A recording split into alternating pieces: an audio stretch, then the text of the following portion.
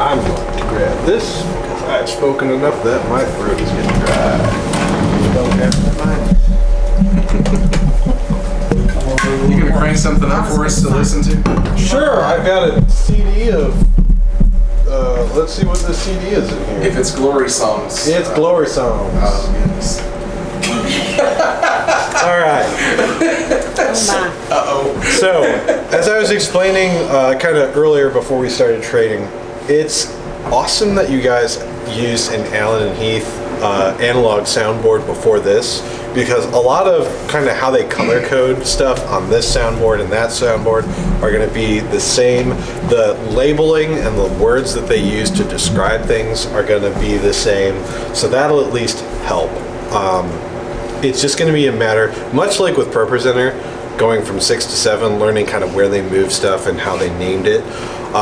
It's going to be more of the same here on this soundboard.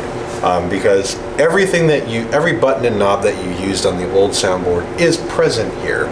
It's just a matter of, okay, where is it? And also, why are there so many more buttons on this thing?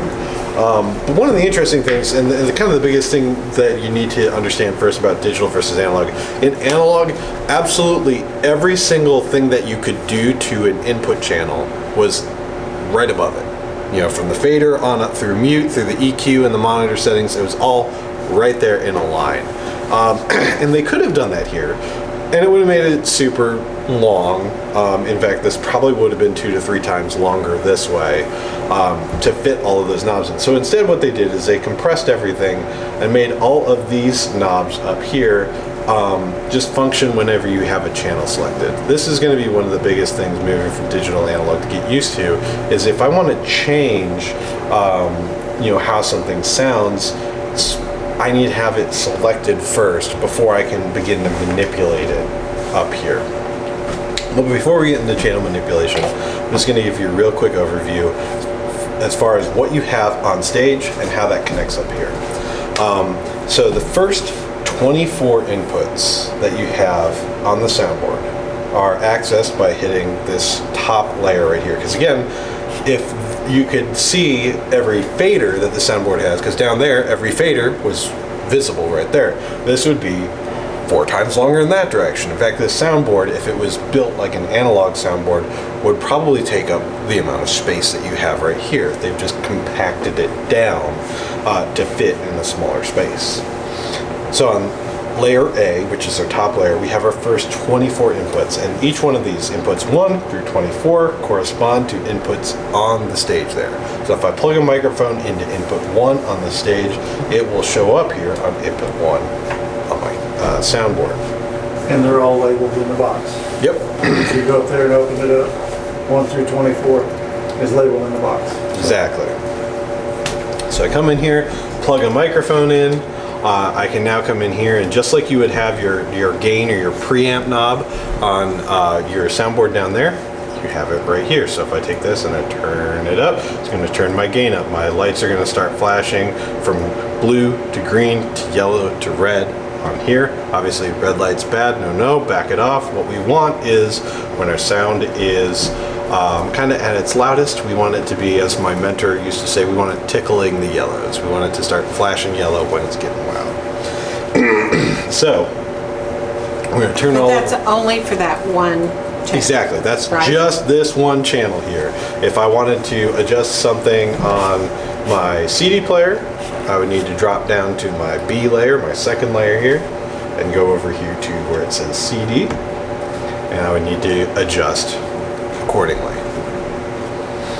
So for like drums, you always make those louder. Exactly. Right? Yep. Exactly. But what More that'll cowbell. be, what that'll be is one of these channels. I'll be tapping one of those channels. Yep. Everything 1 through 24 is on stage. Everything here on the second layer is all what's up here. So you can see we've got 8 of our wireless in here, so all 8 channels of here, and yes, all 8. We got all 8 working. Oh, good. All 8 of your wireless are live right here. You also have your CD player, and you also have audio playing back from your Mac over there. These green channels right here are inputs that could be used in the future, but currently don't have anything plugged up to them. There are also effects returns. I'm going to point that out and then just pass on by that, because if you're not using effects, don't worry about it. They're there, and when you decide that, yeah, the thing that we really will take our sound to the next level is adding reverb to the mix, then you can dive into that. But I will point those out and then just really quickly scoot on past those. So here, we've got our inputs from the stage. We've got our inputs up in the booth. Going down to the next layer, these are kind of master faders for all of our different outputs. They're all at 0. That's about where they should live. And on audio consoles, if you go, wait, aren't those at 0? Those don't look like they're at 0. It actually goes from -infinity up to 0 and then +10 up there. And that's just what it's doing electrically in there. It's reducing the signal. 0 means it's not changing it in any ways electrically up or down. So we want all of our outputs set to 0, but I will point out a couple things. You do have 1, 2, 3, 4 auxes right here, which you see here represented as monitors, and I'll tell you why they're over here in a little bit. You have 4 monitor sends up on the stage, 4 discrete mixes that you can plug your wedge speakers into and send different things through. 6? I can make some more labels. Yes, you do. Okay, you have 6 discrete monitor mixes on your stage, and those are represented here. So you have 1 through 6. There is a 7th that's doing nothing. It's plugged up to nothing, and this red one here, aux 8, is your broadcast send. So this is actually where the audio that is going out to broadcast lives, right inside of here. Right here, these are effect sends. Again, I'll point them out and then move on very quickly past them. Down here, this is your main level, so this is what's coming out of your main speakers out there. And then this is hearing assist. So there's actually a separate volume control for the hearing assist system. Again, it doesn't need to get really messed with. Leave it at 0. Yeah, exactly. Trust The me. hearing assist. That's what they always say. Yes. Can And you turn that on? the great news is the hearing assist belt packs have a volume control, and I've tweaked these so that way it's actually getting really strong signal, and it piggybacks off your broadcast mix. So whatever you send to broadcast is going to get sent to your hearing assist system. And why that's important will actually be explained in a little bit when we talk about our broadcast mix. And then these 2 little purple things, these are additional matrices, and essentially that's a different audio thing. It's not important until you get to the point in audio where you go, oh, you have matrices, in which case you'll know what those are. I know I said that a couple times, but it's just matrices are Lock 'em. weird. They're weird things if you don't know what they are. But the important thing is you've got 6 aux mixes, not 4, 6 discrete mixes up there that you can plug into. They're labeled in the floor box down there, and you can send different audio to those different places. D, this has DCAs. Again, these are super dangerous things. If you don't know what they are, that's why they're colored red. No, they just colored red. But these, long story short, these let you move a lot of faders at once with one fader. When you're to the point where you need to know how to use those, please feel free to reach out again, but initially don't worry about those. Those will make so many more issues if you start poking around with them. And then E and F are actually completely blank. And the nice thing about these 2 right here is you can actually, as this is digital, this doesn't actually have to live like this. If you don't use all 24 of these faders for what you're doing on Sunday, and you want to move stuff around, you can actually come in here and dynamically move faders around. And I can say, hey, I want to have my broadcast mix here, and I want to have these inputs over here, and these here, and those there. You can actually move these around. So these 2 being blank actually lets it set up. So say you've got a couple different setups you want to have on here. You can actually drag those around. It's super nice. For now, we just shouldn't touch those. Don't worry about it until you want to worry about it, and then you can either poke around on your own or feel free to call us. One of the awesome things about digital audio consoles is you can totally mess it up and then restore.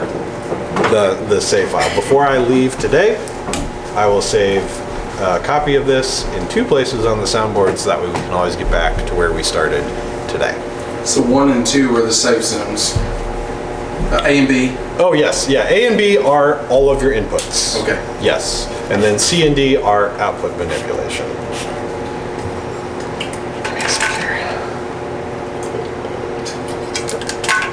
All right. Say that again into the camera. Right dead into the camera. Yep. All right. So first thing we're going to do before we dive into channel manipulation, because we will talk about EQ and all that good stuff, I want to look over here at the right side of the console where this mix select is. Right now you can see that this blue light is lit up. This means we have our left-right mix, which is this guy here. There isn't actually a left and a right.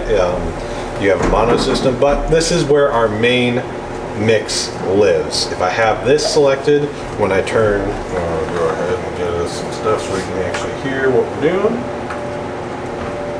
Wait for the CD to spin up. So if I come down here and I'm on my main mix, and I turn this up, we have audio happening. Turn down, audio goes away. If I press this button here, mix 1, now you can see the fader's all moved. When I hit that, fader's changed. Now what I'm doing up here is I'm adjusting what's going to mix 1. This is the equivalent of your little monitor knobs that you had on the upper section of the GLD downstairs. Now if I come over here, hit mix 1, and I turn this up, that was a good dip. We can hear sound. It's actually coming out of one of the speakers on stage right now. I can bring it down, and it's coming down there.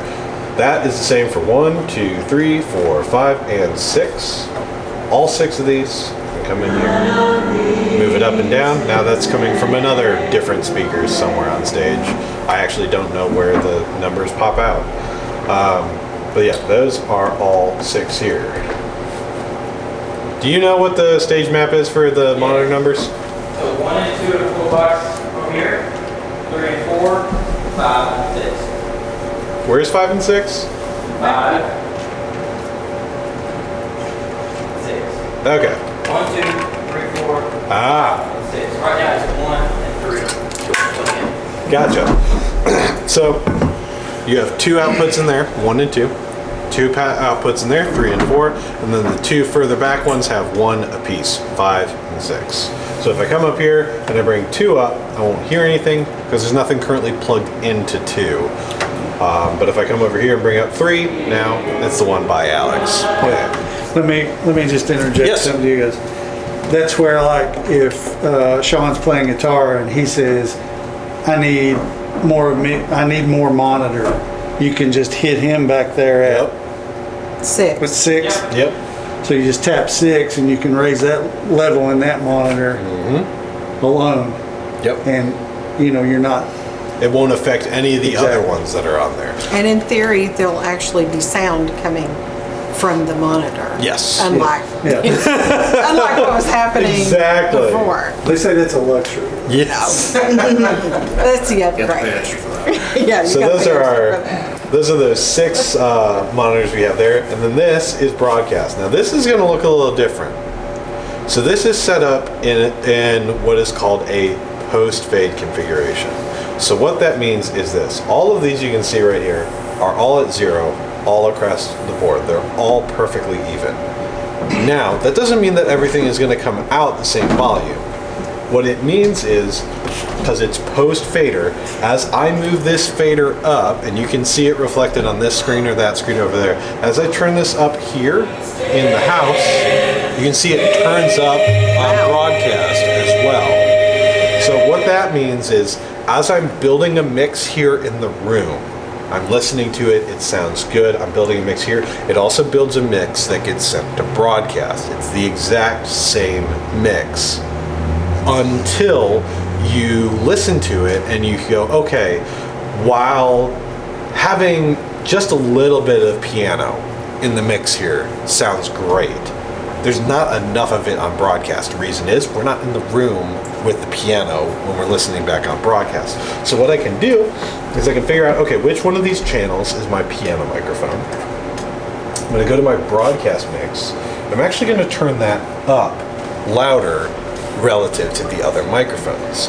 Now, I can still turn it up and down here in my main mix, and it will still turn it up and down on broadcast, but now, relative to the other instruments, it's always going to be brought out more than it's brought out here. And the inverse is true too. And this is what you're probably going to run into first is, and this happens on every broadcast mix I've ever listened to when they give their first go at it, is your band is so much louder than your pastor. It's never fails. It's and the people at home who are listening on their TV sets, they're sitting there, they've got the volume set for music, pastor gets up there to talk, so much quieter. Now I gotta grab my remote, turn it up. Okay, pastor is calling, okay, as the band comes back up, and it's so much louder now. That is actually perfectly normal, and it's perfectly fine in this room, because honestly in here you want the music a little louder than the speaking. If the speaking was as loud as the music, it'd be, oh my gosh, be like, man, turn the pastor down, he's shouting at me. If the band was as loud as the pastor, be like, I can't really hear them, turn them up. Because we hear speech and music at different volumes. Makes sense from a psychoacoustic standpoint. So what you can do is you come into your broadcast mix and you just bring all of your band channels down, lower than your speaking channels. In fact, I'd say probably a good start point is bring your band channels down here to between -10, -20. That'll probably be the very first adjustment that you guys make, is just, okay, let's bring our band channels, because the goal of broadcast audio is that the end user hears everything evenly. Yep. From start to finish of the broadcast, I never have to reach for my remote and change the volume. And so that'll be kind of the goal here with broadcast, and it's going to be a lot of back and forth. We mix a Sunday, we go back, we read comments, we listen, we adjust, we go back, and it's just kind of a cyclical thing. But I think after about 2-3 months, this will get kind of stabilized to a good position where it's like, okay, yeah, we've got kind of all of our relationships set up, and now we're just living on our left-right mix. We're mixing here, and it translates beautifully to our broadcast. That's why we set it up this way, instead of having a completely separate broadcast mix that's never adjusted by what happens here in the main room. That's awesome. When you get to that step, cool. That means that we're building another room for you guys to mix in, so you're completely isolated from this, and it's a whole nother conversation. But for now, this is the best way to have one person able to do 2 mixes really well at the same time. So there's no way to listen to the broadcast on like live. So there are ways that you can listen to it. Right. The first way is headphones plugged into here. Okay. I can come in here, select my broadcast mix, and now this master fader is now the master fader for my broadcast, and I can come in here and I can hit PAFL, and now turn this up and I'm listening through headphones. Okay. I hear it. The issue with that is I also hear the room leaning in. So another thing you can do is you've got a feed of this with sound being piped through your building now. You can walk down to a TV and listen to it there. Right. And you can hear, okay, not only now am I kind of separated from the room that I'm mixing in, I now can hear on TV speakers how it's translating. So probably how most people are listening to it at home is through either TV or mobile. So that's another way you can go back and listen to it. And then, of course, there's after the fact. You can go and listen to it. So there are multiple ways to do it, all of which are very good ways. Just each one has its own trade-off and how it's accomplished. But yeah, PAFL, by the way, I did not mention that yet. That is how I listen to. On that, it may have been called PAFL. It may have also been called solo. But this is how I go, hey, I want to listen to this and hear how it sounds. Plug it in there. Plug in my headphones. And now I can hear what this input sounds like. or I can listen to that monitor mix. You press PAFL, it selected the channel. Right? Yes, it did. That's actually kind of a nice thing, is if I go, oh, hey, I want to listen to this, it's going to do that, and it's automatically going to, hey, if this guy's listening to this thing in solo mode, he probably also wants to be able to use these knobs to adjust it, and it's going to intelligently select that channel for you. Also, if you want to switch back to your main mix really quickly, you can just tap the light that's already lit, and it'll switch back to your main mix. Alright, so we got that, we got this, that's all kind of good. Cool. Tracking so far on how to kind of move from mix to mix, adjust those up and down, their volume relationship, all kind of tracking. Teresa? Alright. Channel manipulation. We are going to go somewhat quickly on it, but I'm going to take my time to make sure you understand how channel manipulation works. So, down there you had a gain knob, you had a high knob, you had a low knob, and you probably had a mid that had 2 knobs attached to it. And then there was a button for either low cut or high pass. It was just a little button that you pushed in at the top. That all still lives on here. I'm going to grab our CD channel because it's the one that's making noise, and it's the one we're actually going to hear what it's doing. So first off, without even putting any sound through here, we want to get our gain set. That's our preamp knob right here. And if I want to see more, like, so I can see, here's my CD, but it's kind of teeny tiny in here. I want to see it bigger, I tap on it. Now I've got more information here, and I can really see where those meters are. Now that right there is about where I want my something that's something to be at its loudest. Right around 0 to +10, I want it just a little bit yellow.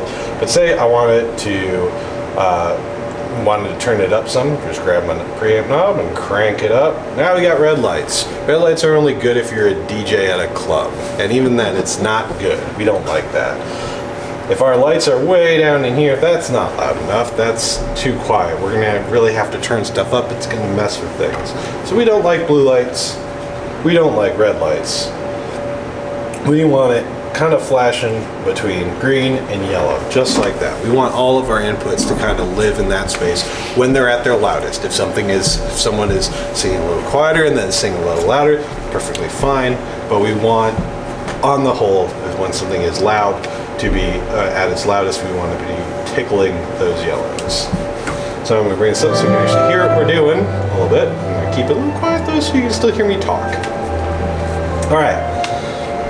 Our high, mid, low knobs live here on the board. If I select HF, that's my highs. If I poke this, it gives me a big graphical representation of that. And what's really cool on this soundboard, you actually see all the stuff moving around on there. What's up, boss? I'm listening. Okay. So if I come up in here, I got my HF selected. If I take my gain knob and I crank that up, oh, listen to them highs. Or I get rid of it, oh, now I put a blanket over it. So you can do this across 4 different bands. You've got a high mid, a low mid, and a low. And you can see graphically kind of where it lands on the sound spectrum from really low sounds to really high sounds. Now, I can do more than just turn it up or turn it down. You saw me just a little bit earlier grabbing this green knob. This lets me change exactly what frequency point I'm picking at. So that's what that, the mid knob downstairs where you had a gain and you also had a frequency knob that you can kind of sweep around. Now you can do that in 4 different places all at once on the same input. So I can come in here and you can see I'm really boosting. I can see here that that's where the bass notes are hidden, and I can actually boost those if I want to, or I can get rid of them.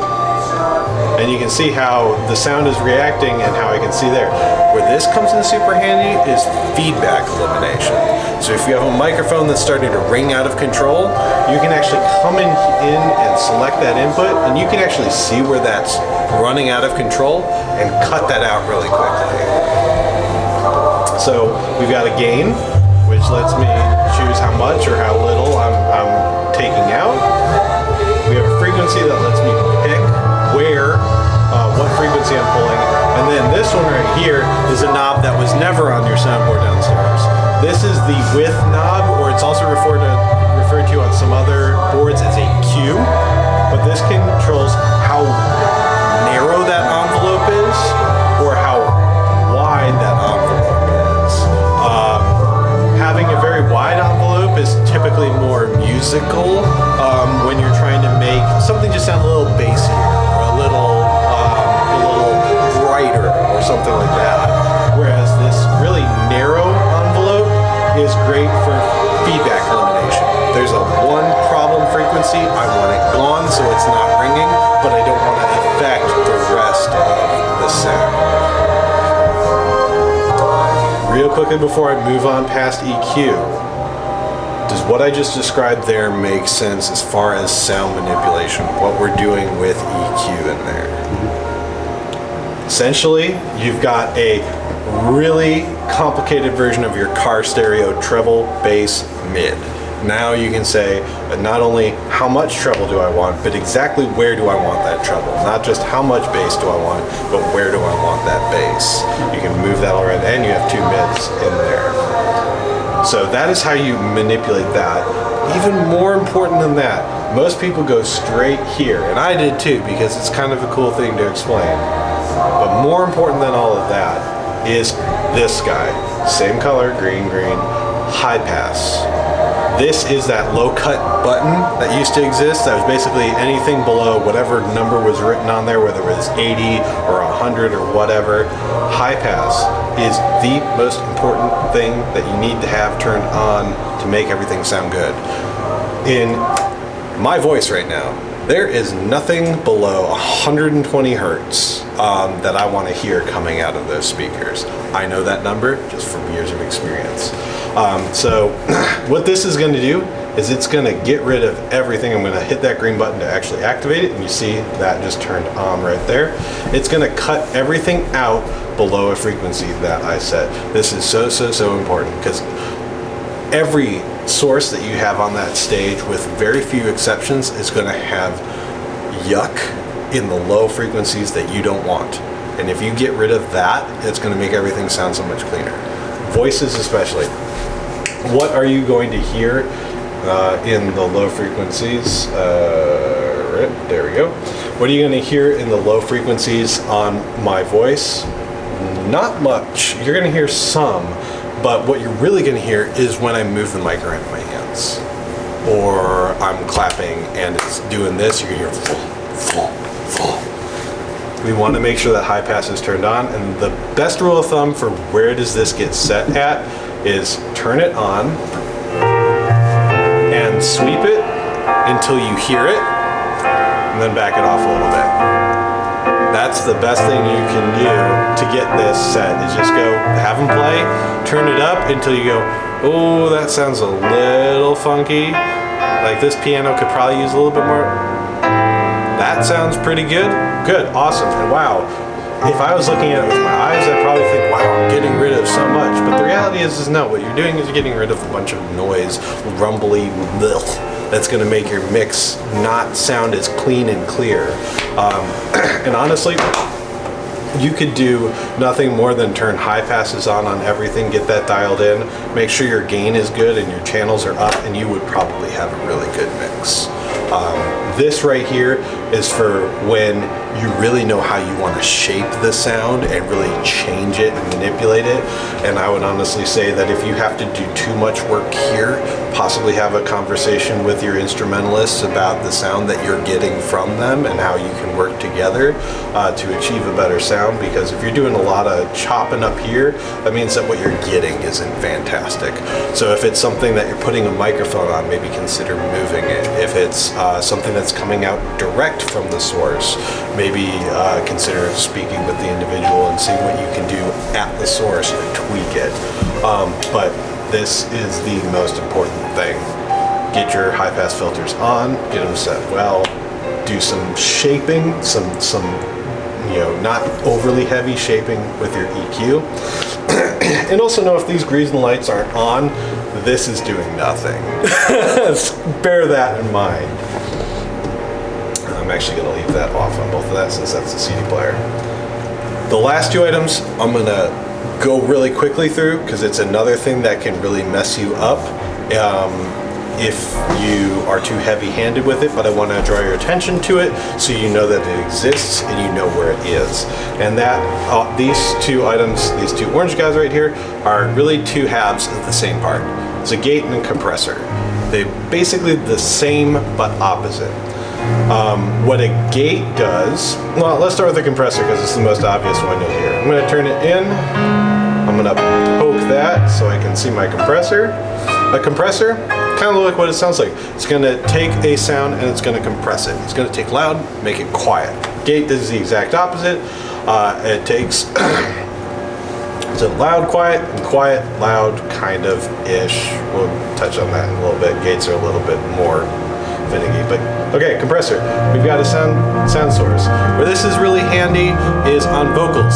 Say you've got a pastor who sometimes talks really quietly, and then when he really wants to drive the point home, gets really loud.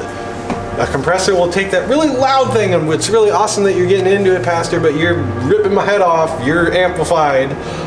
This is not the 1860s, you're not just in the room. So we're gonna compress that, so that way, okay, while it's nice and quiet, it's able to do its thing. I'm gonna take my knob here, and when it gets loud, it's gonna step on it. Now for dramatic purposes, I'm really gonna crank this down. You can hear it's reducing the sound.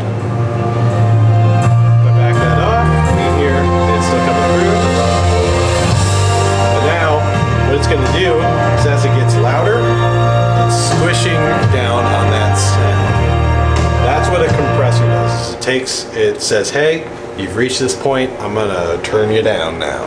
It's basically an automatic version of doing this with the fader. Instead of riding it like that, it's going to squish it.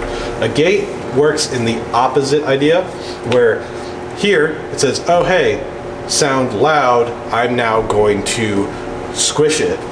Gate does the opposite of it, and this track is not going to be very conducive to me doing it, but I'm going to try it anyway. Gate says, sound is quiet, I'm going to mute it. So if you have, this is something that's typically used in drums or things like that, if you've got 7 mics on a drum set and the snare drum's not being hit right now, I don't want that microphone loud, so it will mute it. So this hand, I'm going to go ahead and actually look at my gate. Alright, so I've set my threshold really, really high. It says if it's not this loud, do not open up. But I can back it off. So here to where, of course I get to a quiet part of the song. But if I bring my threshold back down, hey, we can hear it again. There we go. So if the song picks up here in the next couple bars, you'll actually hear it punch through the gate, and you'll actually hear it punch through. So gate is essentially auto mute, and compressor is essentially auto turn down. Again, I'm being very simple with it. There's a whole bunch of settings within here that you can manipulate that really affect the sound envelope. Leave these alone if you don't feel a need for them. Especially leave the gate alone if you don't feel a need for it, because that's one that'll really trip you up. Yeah. And you'll be like, why is this muted until the pastor really starts talking? Well, you probably turned the gate on. One thing that you can use a gate for is if you've got a noisy guitar that buzzes. Exactly. So you can tweak that, but it's a tricky proposition. It is. It absolutely is, and that's exactly what you use it for. In fact, it's commonly also referred to as a noise gate for exactly that same reason. So that's where those live, and all of their settings and stuff like that. Drawing your attention so you know where they are, but for the most part, until you feel the need for them, leave them off. The only thing that really I would say from the get-go is get those high passes in, do some little bit of EQ, and especially get your preamps set well. That is what we're looking for when stuff is loud. We like that. That is good, strong signal. All right, I just unleashed a fire hose on you all about channel strips and sound manipulation. How are we feeling about that? Does it make sense how that down there translates to this? Okay, yeah, good. Because, yeah, it's this select button, that's going to be the thing that trips you up. And also, yeah, hitting a select button while it's selected gives you the shutdown screen for a nice safe shutdown of your machine. Because this is a computer, just like that. Don't just pull the plug on that, don't just pull the plug on this.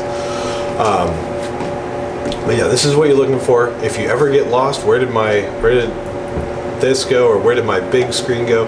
Processing is what you want. Processing shows you all of your channel processing. There's other screens that you can look at that dive into a lot more cool things on this guy. Again, happy to answer those questions when you get to that point. Feel free to call me.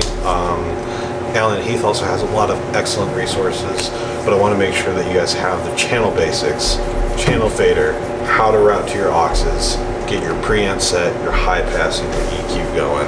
Those are your core stuff. Beyond that, it'll be a little bit, but that's okay. If you can master those things, honestly, that you will be ahead of people who try to go out and get paid to do audio for a living. Those are the most important features on any console. One question. Yeah. So we come in here and we set up and we, band plays around and we say, hey, this is where we want to be. Awesome. This is where we want our sound to be. Yes. How do we save that to Perfect. we want to go back to that every time. Excellent. Well, while demonstrating, I'm also going to store what we have here as just kind of a baseline. Hey, if we ever need to get back to square one. Scenes. It's our button right here in the middle. We've got a whole bunch of scene options in here. You got tons. This is touchscreen. So we got tons of stuff we can look at in here. Tons of slots, save slots in here. I'm going to go ahead and I'm going to date a couple saves here. I'm going to select number 1. I'm just going to date this 2022. That's an underscore. I don't want an underscore. I want a dash. And this is 08 because gosh, it's August already. And let's see, what is today's date? Today's the 10th for another couple hours, anyways. So 22, 8, 10, and honestly, this is how I did it back in my church. I actually saved every Sunday. I just dated every Sunday. That way, if I made an improvement that I really liked, awesome, I have it. Or things just, you know what, we've been going at this, and for the last couple months, we've been going in this direction with the sound, and it just isn't working out. Can we revert back to a couple months ago? Yes, you can. You can always come back in here. You have so many save slots. Fill them up. And then I'm going to grab this. This is a much faster way to navigate through that menu than the touchscreen. Grab this little yellow guy here, twist him. I'm going to go down here. I'm going to make another copy of your show file, or your initial show file. That way if the top one gets erased, we still have the bottom one.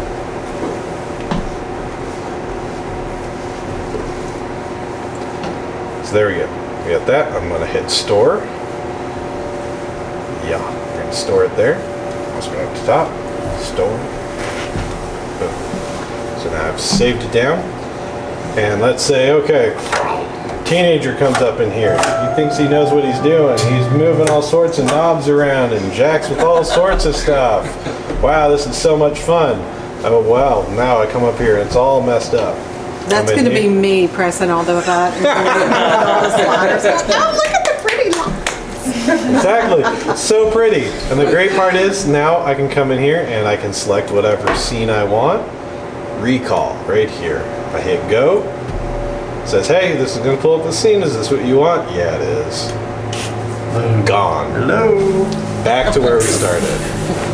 So yeah, Presets are our friends, guys. Yes, this is going to be this is why digital is super awesome, because or I mean honestly, and in a less chaotic sense, you have a guest act that's going to come in here. Say you're going to have like a Saturday night concert. You've got the local band coming in here that's going to play some music.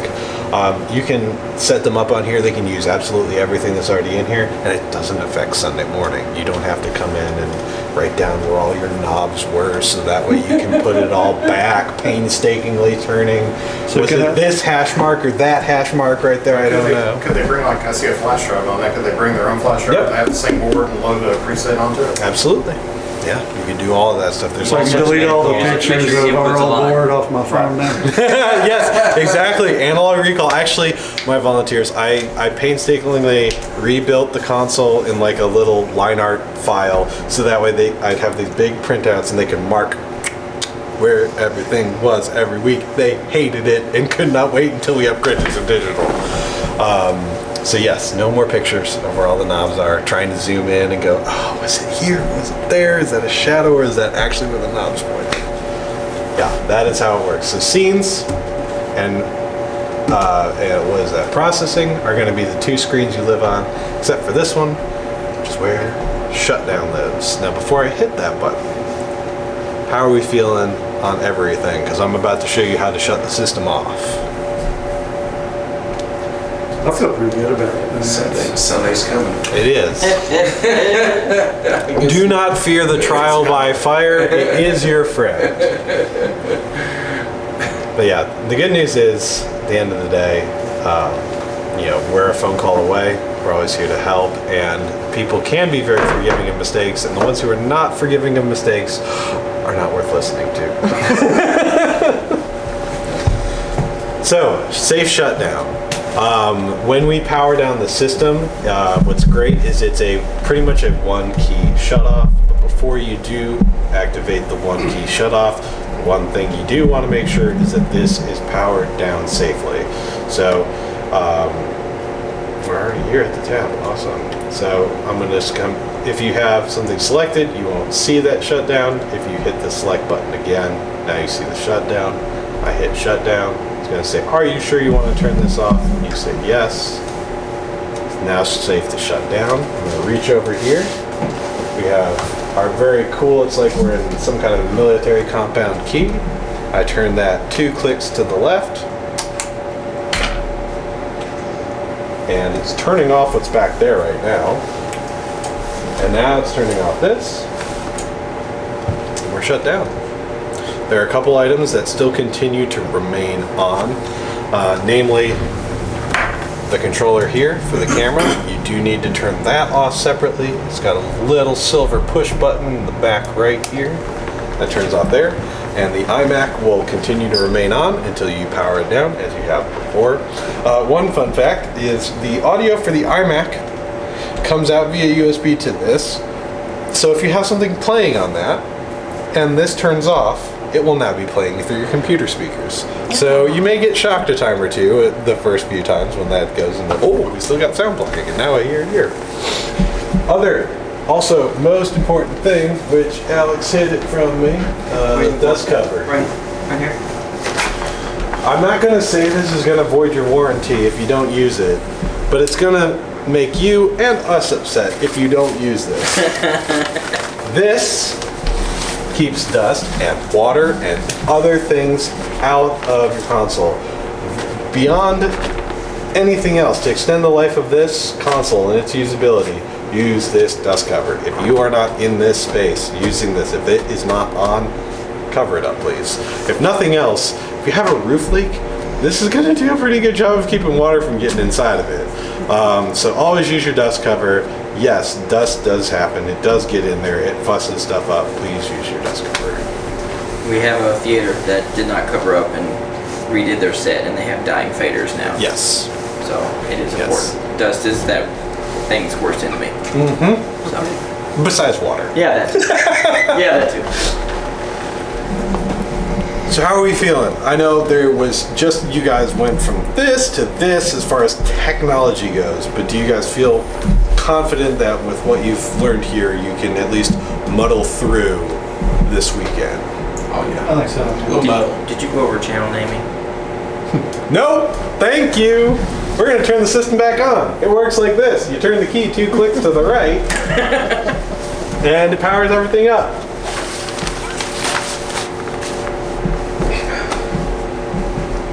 Oh, we need to know how to do that. Yep. So, yes, channel naming. I completely spaced on this because you're going to need to know where to plug stuff in.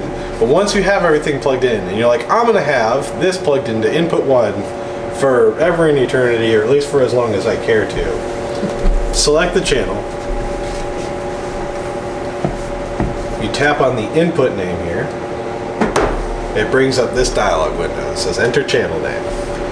And I can call this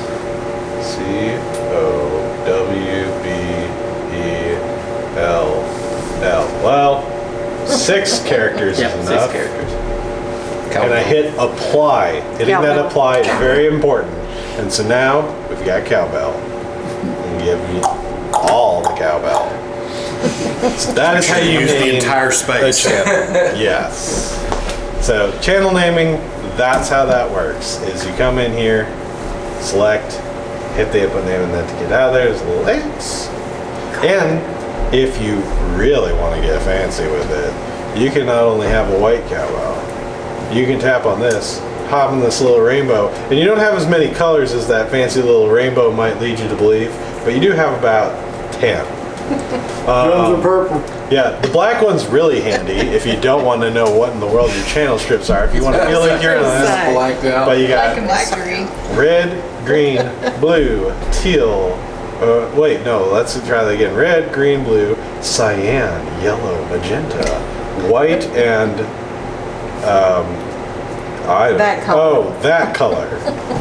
The nothing color that happens to be green because that's what Alan and Heath believes that inputs should be colored. They think inputs should be colored green. Therefore, hey, Alan and Heath, you tell me what color to choose. But yeah, I use that to sort my instrumentation so I can find it Yes. faster. So if I have drum mics, I'll make them all blue. If I have vocal mics, I'll make them all red. It's another way what I to was quickly thinking. identify your Yeah. groups if you want to. Yeah. Yeah, like you can put all your instruments on Yep. one color, all your vocals on a separate color, precisely. so that you Yep. can quickly identify which ones are which. Yeah. Yeah. I have my pastor mic a different color just so I can quickly find it. Yep. Oh yeah, black. What time is it? Exactly. Is it time to get out of here yet? All right. At school tomorrow.